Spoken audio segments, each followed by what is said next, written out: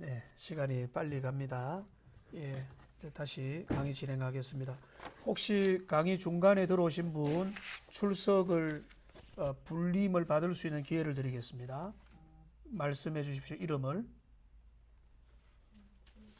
따로 없으세요? 예, 제가 강의 진행을 하겠습니다.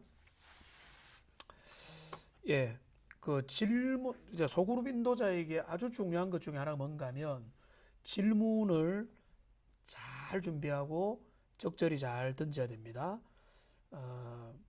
질문을 위한 질문을 던지면 안 되고요. 이제 질문 속에 답이 있습니다. 그리고 좋은 질문은 대화로 이끄는 문이 되고요.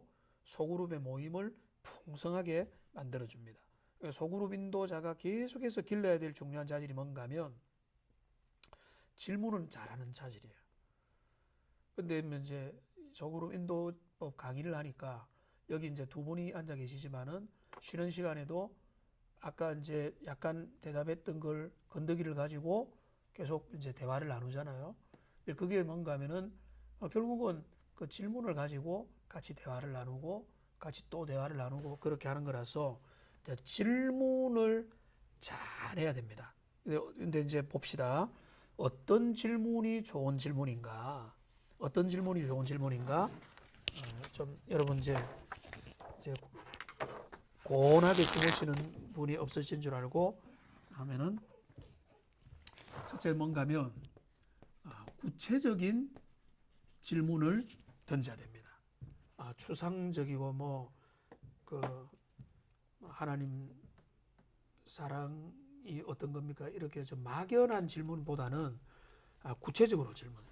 예를 들어서 이제 요한복음 3장 16절에서 하나님이 세상을 이처럼 사랑하사 독생자를 주셨으니 이는 해가지고 나온다면 거기에서 이제 내가 질문을 던진다는 것은 이처럼 사랑했다라고 했는데 우리 집사님 여기 이처럼이라고 하는 것은 무엇을 의미하는 거라고 봅니까? 라고 해서 이처럼이라고 하는 거를 그 본문 그 절 안에서나 앞에 있는 구절에서나 이처럼이라는 말은 우리 머리에 기어다니는 그건 아니잖아요. 그죠?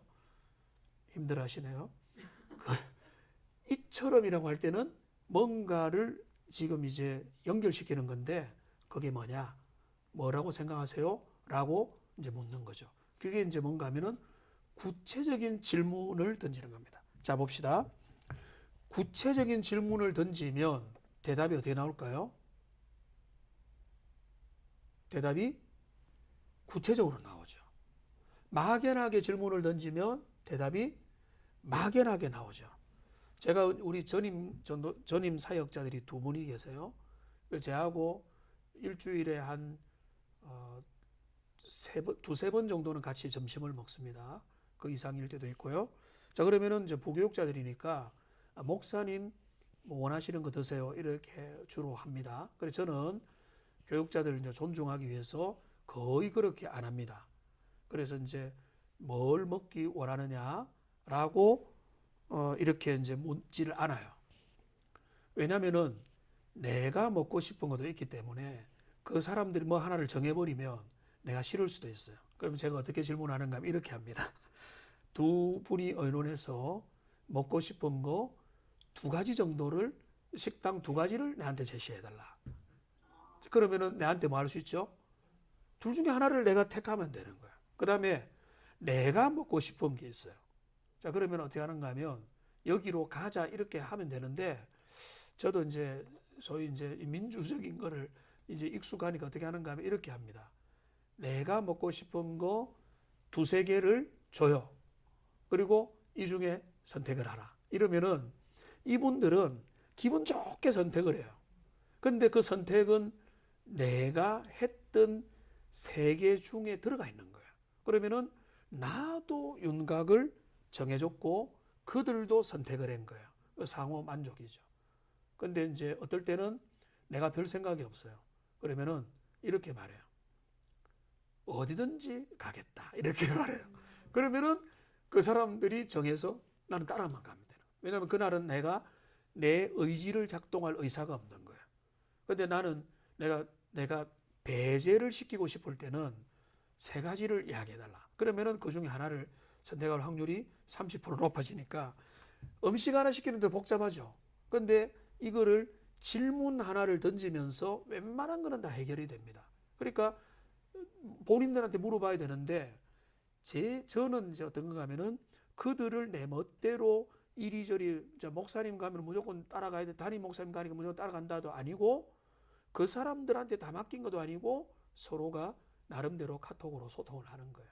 그러니까 이제 질문을 구체적으로 던지면 던질수록 구체적인 대답이 나오고 그 대답이 틀릴 수도 있지만 틀리면 다음에 이제 나오겠지만 같이 연결해보면 틀리면 어떻게 될까요? 엉뚱한 대답을 했다. 자, 그러면 어떻게 되죠?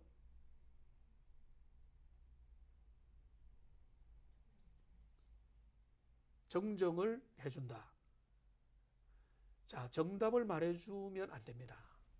어떻게 해야 될까요? 어떻게? 어떻게 맞춰갑니까? 그러니까 이게 이제 나누면 어떻게 일어나는가 하면 소그룹의 역동성과 집중력을 유지를 시켜줘야 돼요. 자, 그러면 누가 말했는데 내가 바로 정답을 말해버리면 끝나버리는 거예요. 자, 누가 말했는데 그 이제 다른 말을 했다. 그다음 어째 되죠? 그러니까 그 옆에 있는 분한테 또 이제 누구한테 이 말을 말했는데 틀렸다. 그러면은 그 사람한테는 뭐라고 해야 돼? 틀렸다라고 말을 하면 안 되겠죠. 그러면은 원하는 답은 아닌데 비슷하긴 했는데 좀 원하는 답이 좀 있다라고 한다면은 또 다르게는 우리 자매님은 이걸 어떻게 생각하세요라고 또 물어보는 거예요. 자, 그 다음에 또 이렇게 간단한 부분에 대해서는 금방 답이 나올 수도 있지만은 또 그 어떻게 생각하느냐에 대해서 이제 물어보면은 이거는 이제 구체적인 질문이니까 대답이 어느 정도 나왔는데 그 대답에서 정답이 없다. 그런데 어느 정도 했는데도 없으면 계속 괴롭히지 말고 그 다음에는 함께 찾아가는 거죠. 이 본문을 보면은 하나님 세상을 이처럼 사랑하사 자 독생자를 주셨다. 자 그러면은 이처럼 사랑했다는 것은 독생자를 주시는 만큼 사랑하셨다는 것이다. 예를 들면 그렇게 찾아가고 함께 만들어가는 거예요.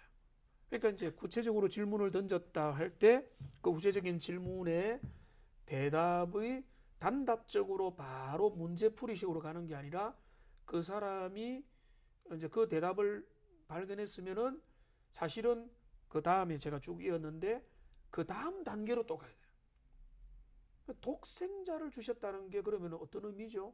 그러면 이제 이게 이제 단어와 개념과 작은 것들이 쌓이고 쌓여가지고 의미로 확대가 되어 가는 거거든요. 그러면 그 다음 단계로 나아가면서 그러면서 나눔들이 일어나고 자 그러면은 인도자가 자꾸 하나씩 물어보면 소그룹 환경 속에서는 도망을 안 가고 못 가는 거예요. 본문 속으로 계속 들어가는 거죠. 근데 그러려면은 그 집중력을 유지하기 위해서는 인도자는 갈피를 잡아야 돼요. 그러니까 갈피를 잘 잡으려면은 예습이 최선의 방법. 예습과 멘탈. 그러니까 이제 어린아이들 뭐 까불고 학생들 막 난리를 부리고 하면은 정말로 거기에 대해서 나름대로 교통 정리를 딱 하고 그 다음에 진행을 해야 되는. 그래서 우선은 질문은 구체적이어야 된다. 그 다음에 두 번째는 여기 나와 있는데요. 질문을 했다면 기다려 줘야 된다. 제가 말씀드렸죠. 자, 질문을 했는데 이제 바로 대답을 못하면 침묵이 흐르죠. 근데 그 침묵을 견딜 수 있어야 돼요. 근데 그 이제 집사님한테 대답했는데 집사님이 아까 대답을 바로 안 했잖아요. 자, 그러면은 집사님 알고 이렇게 가는 게 아니라 대답 안 했으면은 하고 기다려 주는 거예요. 자, 그러면 기다려 주는 것 자체가 교제입니다. 근데 그게 생각보다 중요해요. 질문해 놓고 대답 안 하면 질문해 놓고 뭐 딴 이야기하고 뭐 대답 안 하면은 뭐 무시하고 막 이러면 교제가 안 일어나요. 그러니까 질문을 했다면 생각보다 오랫동안의 침묵을 두려워해서는 안 된다. 그 침묵을 기다려주고 아니면 이제 너무 난처해하거나 하면은 좀 더 쉽게 질문을 바꿔주는 거예요. 그러면은 우리 자매님 3장 16절 한번 읽어보실래요? 다시 한번 읽어보세요. 하나님이 세상을 이처럼을 동그라미 치시고 그러면은 이처럼 사랑하사 했는데 그 다음에 뭐라고 나와 있죠? 라고 힌트를 주는 거예요. 자 그러면은 독생자를 주셨다는 독생자를 주셨다는 말의 의미를 아시겠어요? 하고는 그거를 이제 설명해 주면은 이제 옆에서 도와주는 거죠. 조력자가 되었어. 그러면은 이제 초등학교 1학년 가르치는 이제 부모는 초등학교 1학년의 눈높이에서 가르치고 옆에 힌트 줘가지고 근데 자기가 풀어가지만은 사실은 자기가 푼 게 아니고 옆에 힌트를 준 거잖아요. 근데 조력을 한다는 건 그런 거예요. 그래 그 사람이 지적 능력이나 성경을 아는 능력이 이만큼 높으면 그렇게 힌트를 줄 필요가 없죠. 조금만 던져주면 되죠. 그러나 진짜 새 가족이다. 자, 그러면은 뒤에 나오는 건데 앞에 던져서 새 가족에게 당장의 어려운 질문을 던지면 된다, 안 된다? 안 돼요. 자, 지금 내가 어려운 질문을 던져야 될 상황에는 누구한테 던져야 될까요? 그 소그룹 중에서 이 부분에 대해서 어느 정도 맞출 수 있는 사람에게 던지면 그 사람이 그거를 대답을 하고 거기에 대해서 진도가 빨리 나가겠죠. 그러면 반대로 생각하면은 정답을 바로바로 맞추는 사람한테 처음부터 바로 안 던져도 된다는 거예요. 왜냐하면 처음부터 그 사람한테 던지면 바로 정답이 바로 나오는 거예요. 그러면은 다른 사람이 이해를 못하고 넘어갈 수도 있다는 거죠. 자, 그러면은 내가 정답을 빨리 찾는 게 목적이 아닌 거예요. 함께 찾아가는 게 목적이라. 그러면은 그 이제 내가 좀 애매한 사람한테 시켜도 되는 거예요. 이 사람을 알 수도 있고 모르는. 세상적으로는 똑똑한데 성경을 하나도 모른다. 이런 분한테 시켜봐도 괜찮아요. 이분이 말씀 안에서 자라갈 수 있으니까. 그러니까 이거는 똑똑하면 무조건 빨리 시키는 것도 아니고 중요한 거는 질문을 던졌다면은 기다려라. 침묵을 두려워하지 마라. 침묵의 10초를 두려워하지 마라.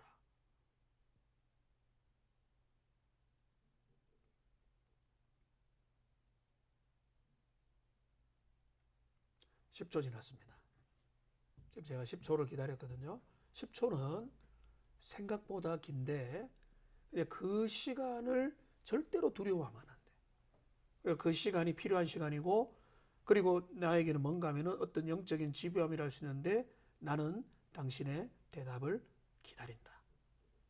그러니까 우리가 소그룹 안에서 나누기로 확정이 된 사람이니까 기다리는 거예요.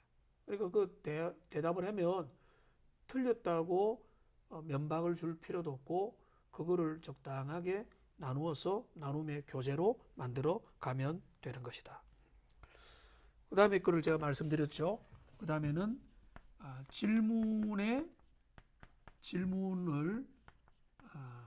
꼬리를 이어서 질문을 계속 던지는 게 좋습니다. 그러니까 그 이제 요한복음 3장 16절에서는 자 이처럼이 독생자를 주시는 만큼이다.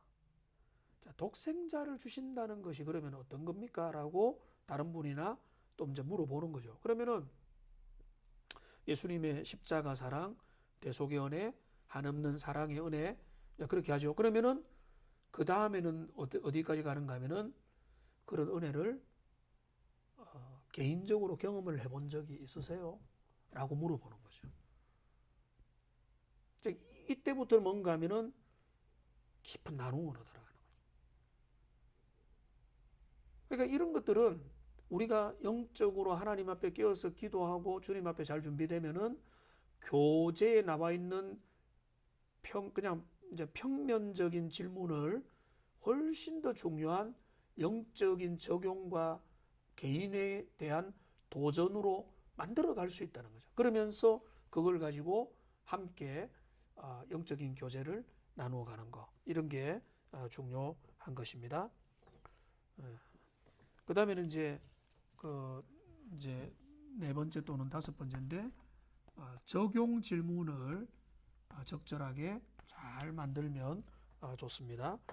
적용 질문은 예를 들어서 예수님이 전날에 너무 바쁘셨고 그날도 마가복음 기록을 보면은 바쁘셨는데 이른 새벽에 하나님을 만나러 고요한 빈들에 기도하러 가셨다. 그 장면이 있는 거예요. 그러면은 그 장면을 객관적인 내용을 다루고 난 다음에는 이제 적용 질문을 하는 거죠. 예수님은 그 이제 내용이 뭔가 하면은 바빴기 때문에 하나님과의 교제 시간을 빠뜨리지 않았다 이거거든요. 자, 그러면 당신은 어떻습니까? 라고 질문을 던지는 거죠.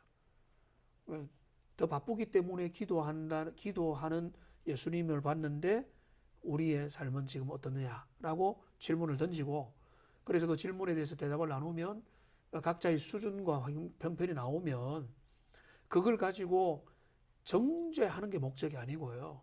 우리가 우리 주님을 닮아가야 된다. 주님이 원하시는 방향으로 가야 된다. 이런 것들을 제시를 해가는 거죠. 그런 것들이 적용 질문입니다. 그래서 적용 질문의 예들을 제가 몇 가지 들어봤는데 이런 거죠. 그것을 당신에게 적용한다면 당신에게는 그거 어떻겠습니까? 그렇게 하실 수 있겠습니까? 자, 그러면은 나는 밤늦게 마치기 때문에 새벽을 깨운다는 것은 어렵습니다라고 한다면은 그럼 과연 그 본문이 새벽 기도의 절대성을 말하는 겁니까? 그건 아닐 수도 있다. 자기에게 주어진 그 기도 시간을 경건의 시간을 확보하는 주제다. 이렇게 이제 갈 수도 있다는 거죠. 그다음에 이런 것도 적용 질문이죠. 만일 그런 똑같은 상황에서 우리 형제는 어떻게 했겠습니까?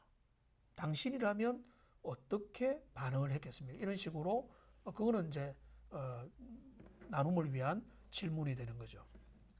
그러니까 예를 들어서 이제 예배를 열심히 예배의 생명을 걸어라 목사님이 설교를 하셨다. 자, 그러면은 이제 적용 질문인 거죠. 당신이 이번 한 주간 동안에 예배를 위해서 어떤 결심과 결단을 할 수 있겠느냐 이런 것들을 나누는 거죠. 뭐 예를 들면은 그러면서 이제 제시를 하는 겁니다. 이제 사람들의 이야기를 듣고 내가 미리 준비를 해놓는 거죠. 자, 토요일 날 밤 12시 전에는 잠을 잔다. 그래서 주일날 예배 방해가 안 되도록 하겠다. 아니면은 주일날 내가 설교 노트를 작성하겠다. 아니면은 이제 청년들 같은 남자 청년이나 젊은 어른들도요. 여기에도 이제 제가 아는 분 중에 그런 걸 즐기는 분이 있는데 이제 그 유럽 축구 손흥민 나오고 뭐 유럽 축구 하고 하는데 요즘에는 오히려 당겨졌는데 옛날에는 뭐 새벽 2시, 3시 이럴 때 하는데 그런데 막 젊은 사람들, 남자들 이런 거 좋아하거든요. 그러다 보면은 다음날 본인들은 육체적으로 견딜 만은 하지만은 영적인 컨디션이 아닌 거예요. 자, 그런 걸 우리가 안다. 그러면은 그거를 결단해. 나는 주일을 예배를 앞두고는 지금 뭐 유럽 축구 시청을 안 하겠다. 뭐 이런 결단을 하게 하는 거죠. 그래서 그 결단들을 묶어가지고 같이 기도하는. 뭐 이렇게 이제 적용과 나눔을 위한 질문인 겁니다. 그 다음에 이제 그 질문 중에서 이제 닫힌 질문과 열린 질문이 있습니다. 이제 닫히는 closed, open, 열린 질문인데요. 이 닫힌 질문과 열린 질문은 우리 집사님 오늘 저녁 드셨어요? 안 드셨어요? 자, 제가 닫힌 질문을 했습니까? 열린 질문을 했습니까? 이거는 닫힌 질문. 닫힌 질문은 뭔가 하면 대답이 예 아니면 노밖에 안 돼요. 자, 이겁니까? 저겁니까? 저녁을 드셨습니까? 안 드셨습니까? 했죠. 자, 그런데 집사님, 비가 오는 날은 어떤 생각이 드세요? 간단하게 이야기하세요. 카페에서 그냥 비를 보면서 그냥 차 한잔 하면서 여유로운 시간을 누리고 싶다. 그러니까 자, B를 보면 어떤 생각 드세요? 네. 그거는 불가능하잖아요. 그러니까 뭔가 하면은 질문 자체가 자, 닫힌 질문이 잘못된 질문이라는 게 아닙니다. 필요에 따라서는 자, 예수님은 지금 예루살렘에 계십니까? 저기 갈릴리에 계십니까? 이렇게 물어볼 수 있는 거예요. 근데 이 닫힌 질문은 내 마음에 있는 것들을 나누는 질문으로는 부적절하다는 거죠. 나누는 질문은 뭔가 하면 열린 질문이 이제 나의 느낌, 나의 생각, 나의 어떤 지식을 나누는 그런 질문이라는 거죠. 그러면은 이제 집사님, 그러면은 카페에서는 주로 어떤 일을 하세요? 라고 하면은 거기에 대한 이야기가 나오는 거죠. 그러니까 이게 열린 질문입니다. 그러니까 상대방이 어떤 대답을 할지 모르는 거예요. 그렇게 열어놓는 질문, 이런 질문들을 소그룹 인도자는 잘 할 수 있어야 되고 적절히 잘 던져줘야 됩니다. 자, 그런 것들을 처음에 자신이 없으면은 그 이제 지금 이제 교사들도 주일학교 교사들도 분명히 계실 건데 짧은 시간이라도 그 주일학교 아이들과 공과를 할 때는 거기 열린 질문들을 자주 좀 할 수 있도록 몇 가지 장치들을 미리 준비를 해놓으면 그것도 참 좋은 겁니다.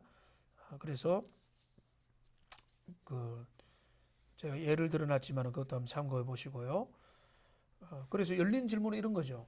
이 부분에 대해서 우리 그 성도님은 어떻게 생각하세요? 라고 하면은 저는 그런 질문을 어떻게 생각해서 하는 거는 생각은 자기 자유잖아요. 여기는 제가 그리고 또 말합니다. 정답이 따로 있는 건 아니다. 어떻게 생각해요? 자기의 생각을 이야기하면 되는 거예요. 그러면은 맞고 우리나라 사람들은 참 이제 요즘에는 많이 좋아진 건 아는데 그 이제 유대인들은 이제 아이들이 학교 갔다 오면은 선생님이 부모님이 아이들에게 이렇게 질문한다죠. 너 오늘 학교에서 질문을 몇 번 했느냐? 이렇게 질문을 던지는 거예요. 아이에게. 우리나라는 이제 아이들에게 옛날 같으면은 요즘에는 모르겠습니다. 옛날 같으면 이렇게 질문하는 거죠. 오늘 학교 선생님 말 잘 들었나? 공부 열심히 했나? 이런 걸 묻는 거예요. 근데 이제 열린 질문 뭔가 하면은 질문을 얼마나 했느냐? 얼마나 창의적이고 얼마나 그 열려 있느냐? 이런 것들을 말했던 거죠. 자, 그러니까 그 다음에 이제 예를 들면은 베드로는 왜 그렇게 말했을까요? 여기에도 정답이 말 안 해도 되잖아요. 틀려도 되잖아요. 그럼 내가 생각을 이야기하는 거죠. 그러면은 자, 이 사람 생각이 첫 번째 말한 사람의 생각이 30%만 맞다. 자, 그런데 좋은 거 뭔가 하면 다른 사람의 이야기를 들어보면은 이게 50%가 되고 채워지면서 인도자는 이 모든 것들을 종합해서 좋은 길로 제시를 해주면 되는 거예요. 그러니까 이제 그런 질문들이죠. 그 다음에 이제 만일 당신이라면 이걸 어떻게 받아들이겠습니까? 이런 게 열린 질문이고, 오늘 말씀을 듣고 당신이 어떤 거를 새롭게 깨닫게 되었습니까? 그러니까 예와 아니요 단답식으로 짜장면이냐 짬뽕이냐로 대답할 수 없는 질문을 던지라는 거죠. 오늘 재밌었습니까? 이거는 예 아니요잖아요. 그런 거를 하면 안 된다는 거죠. 좀 더 나눔을 위한 질문을 던져야 된다. 그 다음에 그 질문은 어떤 거 해야 되는가 하면은 골고루 적절히 질문해야 되는 겁니다. 자, 골고루라는 건 뭔가 하면 제가 이제 1, 2강에도 말씀드렸지만은 소그룹 구성원들이 소그룹에서 나누면서 배제가 되면 안 됩니다. 누구라도 소외가 되는 것이 아니라 함께 참여하도록 인도자는 신경을 써야 돼요. 그래서 누구라도 왕따 분위기나 누구를 편애한다는 분위기가 가면 안 되고요. 근데 편애라는 게 참 조심스럽습니다. 왜 조심스러운가 하면 소그룹이 진도를 나가다 보면 이제 대답을 지혜롭게 또 이제 착착 잘하는 사람과 그렇지 않은 사람들이 드러나잖아요. 그러면은 소그룹 인도자, 특별히 교육자나 좀 이제 경험이 많은 사람들에게는 그런 이제 모범생과 그렇지 않은 분들이 어느 정도 드러나는 거거든요. 그럴 때 조심해야 된다. 그럴 때 모범생들만 이끌어가는 방식이 아니라 함께 따라오고 모범생은 오히려 그들을 도와주는 방식으로 소그룹이 진행될 수 있도록 협조를 해야 된다.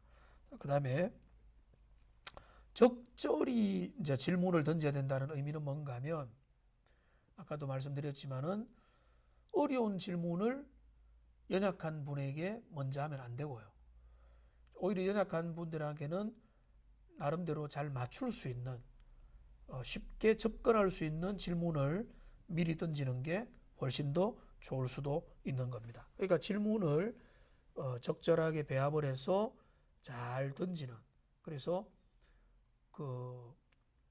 저 같은 경우에는 이렇습니다. 소그룹 구성원이 10명이면 매주에 기도를 한 번씩 시킨다 할지라도 기도의 순서를 인도자가 몰라서 계속 같은 사람을 시킬 수도 있는 거예요. 자, 그러면 그것도 적어놔야 되는 거예요.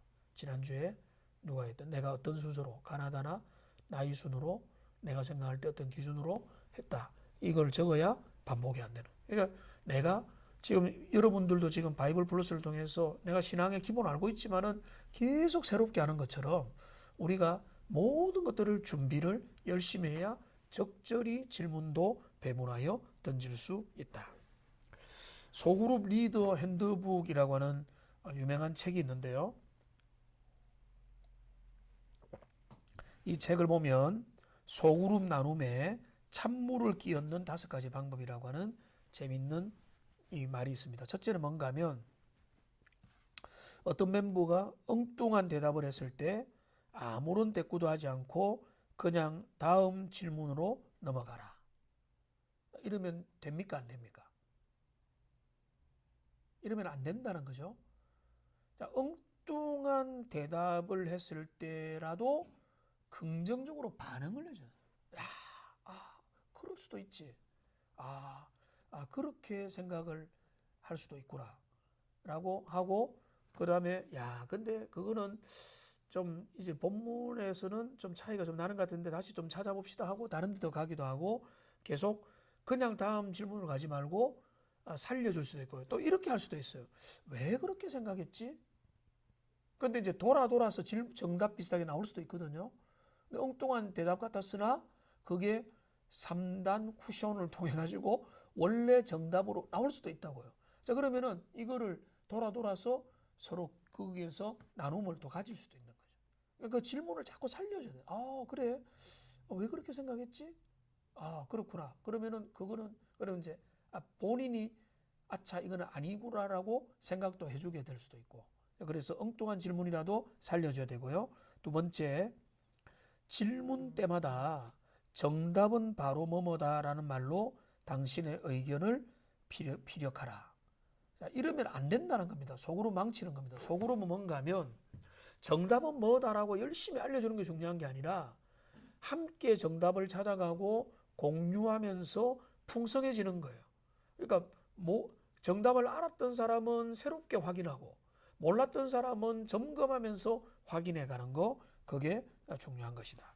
그 다음에 세 번째는 뭔가 하면 각 질문에는 꼭 한 명씩만 대답하도록 하라. 이것도 아니라는 거죠. 여러 사람이 여러 대답들을 할 수 있는 기회를 줘야 되고요. 네 번째는 무슨 일이 있어도 멤버들의 대답을 긍정하지 마라. 긍정을 하면 다른 사람의 참여를 증가시킬 뿐이다. 자, 이게 소그룹 망친다는 거예요. 자, 소그룹의 분위기는 사람들의 대답과 질문을 긍정적으로 반응을 해주는 인도자의 넉넉함이 있어야 되는 거예요. 그런 것들이 없으니까 지금도 오늘 이 자리에 계신 분들도 소그룹 인도에 대해서 주저하는 마음들을 가지고 있네요. 그런 마음들이 이제 이해는 됩니다. 그러니까 그게 뭔가 하면 내가 자신감이 있어야 되거든. 내가 좀 해보고 이렇게 할 수 있구나. 잘 받쳐주는구나. 나도 더 잘해야 되겠다. 이런 마음이 들면은 없던 힘도 짜내는데 그런 이제 힘들이 좀 이제 빠지면은 좀 어려움을 당할 수 있는 거죠. 그 다음에 5번째, 소그룹 나눔에 찬물을 끼얹는 방법이 뭔가 하면 단답형 질문만 던져라. 그래야 성경 공부의 속도가 빨라진다.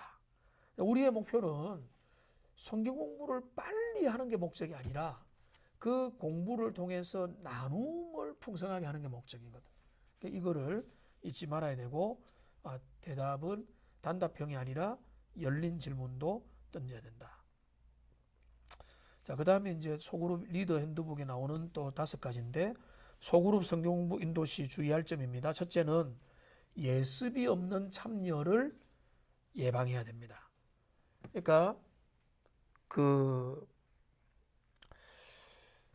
인도자의 수준, 인도자가 기대하는 기대 수준에 따라서 참여자가 따라오는 것 같아요. 물론 인도자가 과도하게 기대를 높여버리면 참여자가 부담이 되겠지만은, 그런데 이제 헌신된 그룹이라든지 뭐 제자훈련 그룹이라든지 다친 소그룹은 뭔가 하면 그들이 자원하여서 정기적으로 모이기로 했던 소그룹, 다친 소그룹이에요. 그러니까 다친 모임, 지금 그 열린 질문이 좋지만 다친 모임이 좋아요. 지금 바이블 플러스는 다친 모임이에요. 미리 신청을 해서 이분들이 듣는 거예요. 그러니까 이분들한테는 제가 이제 잘 몰라서 과제도 많이 안 내줬는데, 사실은 이제 열심을 따라서 과제도 내주고 뭔가 요청도 하면, 물론 이제 탈락자가 있을 수 있지만 여러분들이 거기에 따라올 동력이 있잖아요. 내가 이걸 하기로 했기 때문에. 그게 이제 다친 소그룹의 모습인데, 그래서 그 소그룹에는 예습을 유도하는 겁니다. 제 아들이 고3인데요. 선생님을 고3 처음에 만나서 엄청 두려워하고 싫어했어요. 입으로 불평을 했어요. 왜? 선생님이 소문이 안 좋다. 너무 수업 중심이고 막 이래가지고 소문이 안 좋다 이랬는데, 몇 주 지나고 너무 좋아해요. 왜냐면은 고3에 최적화된 선생님이에요. 그러니까 아이들의 그 고3 시간이 정말로 필요하다는 걸 알고 그들에게 필요하게 집중해서 해주니까 아이가 마음이 완전히 달라져가지고 선생님 팬이 됐어요. 자, 그러니까 이제 그 적절하게 아이들을 당겨주는 거죠. 중학교 1학년을 과하게 당겨주면 학부모는 좋아하겠지만은 고3을 당겨주면 이 아이들도 좋아하는 거예요. 그러니까 이제 우리가 수준을 보라는 거죠. 그러니까 예습을 좀 어느 정도 할 수 있도록 수준에 따라서 제시를 하는 겁니다. 그 다음에 소그룹 성경 공부에서 조심할 거는 설교는 건물이라는 겁니다. 소그룹에서는 일방적으로 막 설명하는 것보다는 대화법으로 나누고 이야기를 듣고 함께 수긍해 가는 것으로 하는 게 좋습니다. 그 다음에 3번째는 신학적 주제가 아니라 삶을 놓고 토론을 해야 되는 겁니다. 성경의 지식도 중요합니다. 그러나 우리는 적용을 신경을 많이 써야 되는 거예요. 그러면 우리가 어떻게 할 거냐. 4번째는 리더가 중요한 질문들을 미리 준비해 놔라. 제가 이거 몇 번 말씀드렸죠. 미리 준비해 놔야 돼요. 5번째는 적용한 것을 실천했는가 확인해라. 자, 이런 겁니다. 제가 숙제를 내줬어요. 다음 주까지 해오세요. 다음 주에 와서는 전혀 모른 척하고 넘어가요. 자, 그러면 기분 좋겠죠. 그 다음에 숙제 내주면 어떻게 될까요? 안 하죠. 왜? 점검을 안 했었기 때문에. 이분은 말로만 내주고 체크 안 하는구나. 근데 내주고 체크하고 확인해주고 그걸 막 이렇게 여러 가지로 평가해주면은 내가 숙제를 하면은 반응이 있구나. 뭐 그렇게 하면은 계속해서 열심히 있는 사람은 따라오게 되죠. 그러니까 적용한 것을 실천을 확인을 해야 되는 겁니다. 그 다음에는 협력하는 리더를 구해야 됩니다. 여기 이제 구역 권찰 20년째라는 분이 계시는데, 권찰 20년은 좀 문제가 많죠. 자, 이제 권찰을 졸업하시기 바라고, 두 분이 현장에 계시는 영안교회 두 분이 소그룹 인도자가 되는 그날까지 기도하겠습니다. 그래서 기도하셔서 하나님 앞에 여러 가지 마음을 내려놓고 내 힘으로 하려면 어렵죠.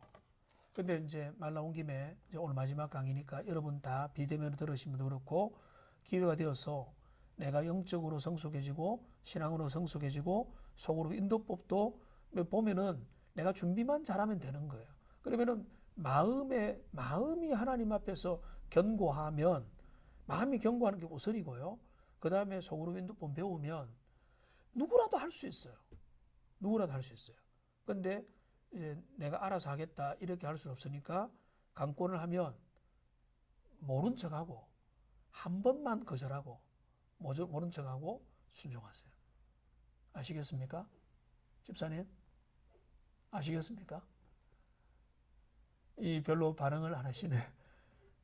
순종이 좋아요, 순종이. 그래야 신앙의 발전이 있습니다. 근데 내가 인도자가 돼봐야 인도자의 마음을 알아요. 그죠? 해보니까 또 내가 당하는 어려움들이 있고 내가 만들어야 될 여러 부분들이 또 있잖아요. 그죠? 그러니까 지금 한번 쉬었다가 다시 마음에 재충전해서 달려가면 이제 되는 겁니다. 근데 이제 협력 리더가 중요합니다. 소그룹을 혼자서 모든 걸 다 할 수 있다고 여기서는 안 되고 기도의 도움을 청하고 기도의 도움을 청한다는 것은 내가 멘토가 될 만한 분.